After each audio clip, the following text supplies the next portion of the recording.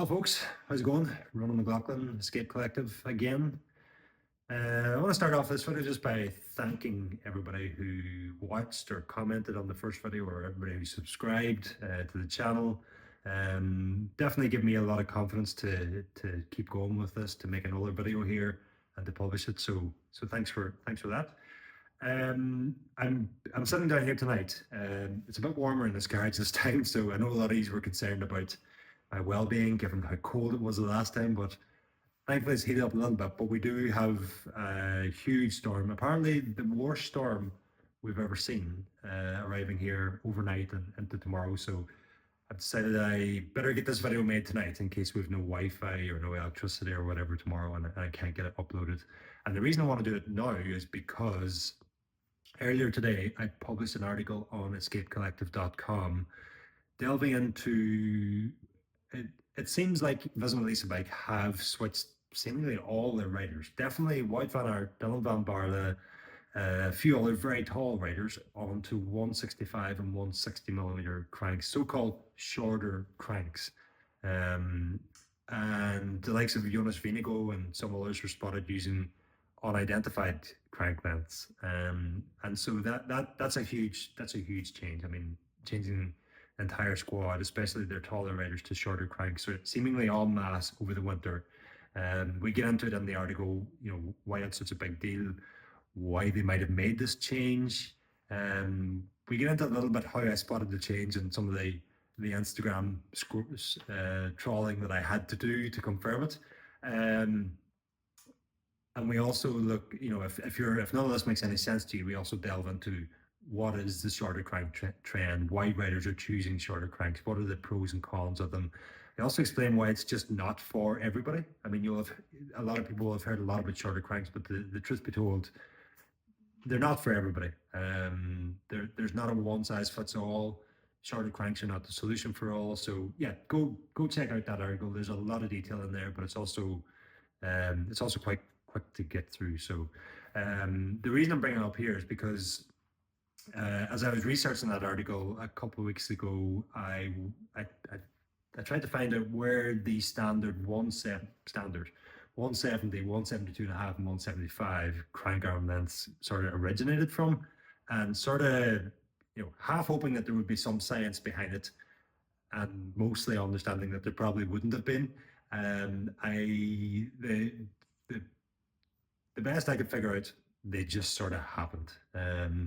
Crank lengths had to be some length, and manufacturers of the era, I think, started with like 170s, and there was probably different crank irons before that, but if we're talking like relatively recent history, started with 170, expanded that out to 172 and a half, 175, idea being it covered the sort of average limb length of that time, and there was 3 different options.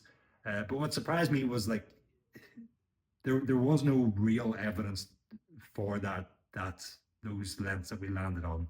And what surprised me was like how much they became adopted, and how I wasn't going to say afraid, but I'm going to say afraid, riders became to deviate away from them. And even to this day, like the thought of changing from 175 to 165 is just, it's a move that a lot of riders struggle with, just mentally thinking that's far too big a change. How can that be right? How can I ride 165s? So riders of my height have always ridden 175s, but riders of our heights have always ridden 175s for no reason other than that's what we were given. And that sort of thinking got me around to, first of all, got me around to thinking, I wonder how things might change had back in the day someone had just decided, you know what, all cranks are going to be 140, 150 and 160 millimeters long. And the tallest riders would then be in that alternate universe be defending 160s. And yeah, it was just a funny thought process to sort of to think about that. But the other thing it got me thinking about is what else about our bikes, what else about our training, what else about our setups could we be wrong about? I mean, what other things could we be either right or wrong about, but we're just sort of following because that's the way it's always been done? And the one that's been on my mind for about a year, and the one that I've been experimenting most with recently, is just like bike fit and specifically the types of saddles that we use. And that's why I wanted this bike in the background for this video, because my bike fit has changed massively in the past year to 18 months. And I genuinely just feel better and better for it. I mean, I've got a bit of a reputation for being a tinkerer. I'll stop and change my cleats and I'll fix my saddle and all sorts throughout practically every ride. And whatever about that, but generally speaking, I have trended to a very, very different position.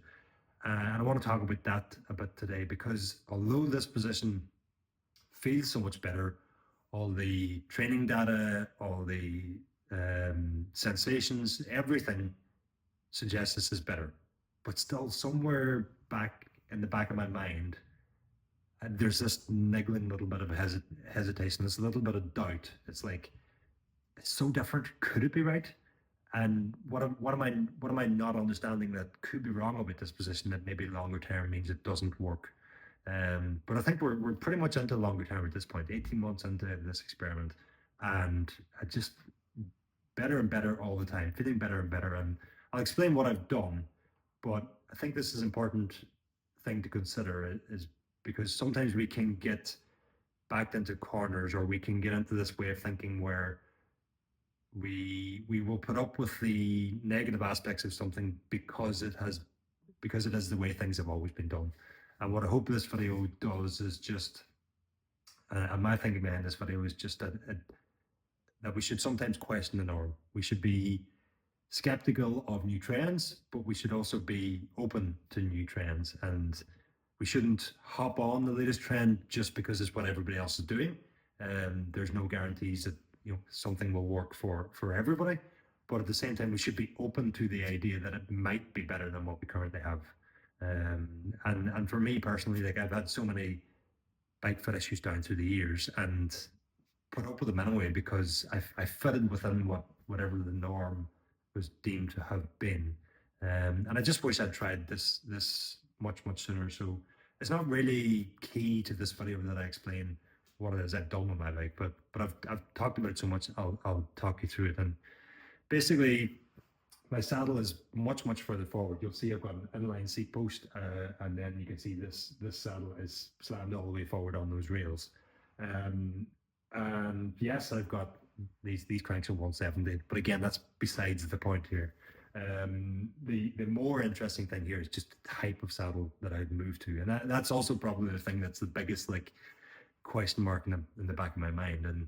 And this is actually a triathlon saddle, and I first put it on. It's a triathlon saddle, which presumably could also work for time trials, but I first put it on a gravel bike, and I mean, pretty much immediately, I could just sense how much better a saddle that was for me on the gravel bike. I then transferred it to this road bike, and again the same sensations.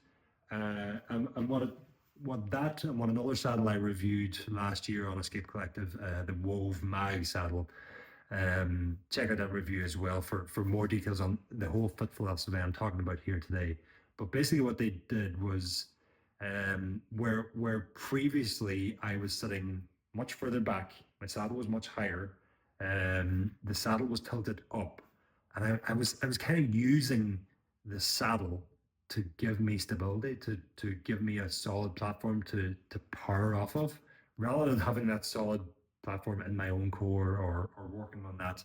And that's, it led to a posterior rotation of my hips, which then led to pressure on the front of the saddle because I had it tipped up, which led to saddle sores, which, it just wasn't good. And now I've moved to this more forward position. I've got the saddle tilted down, as you'll see.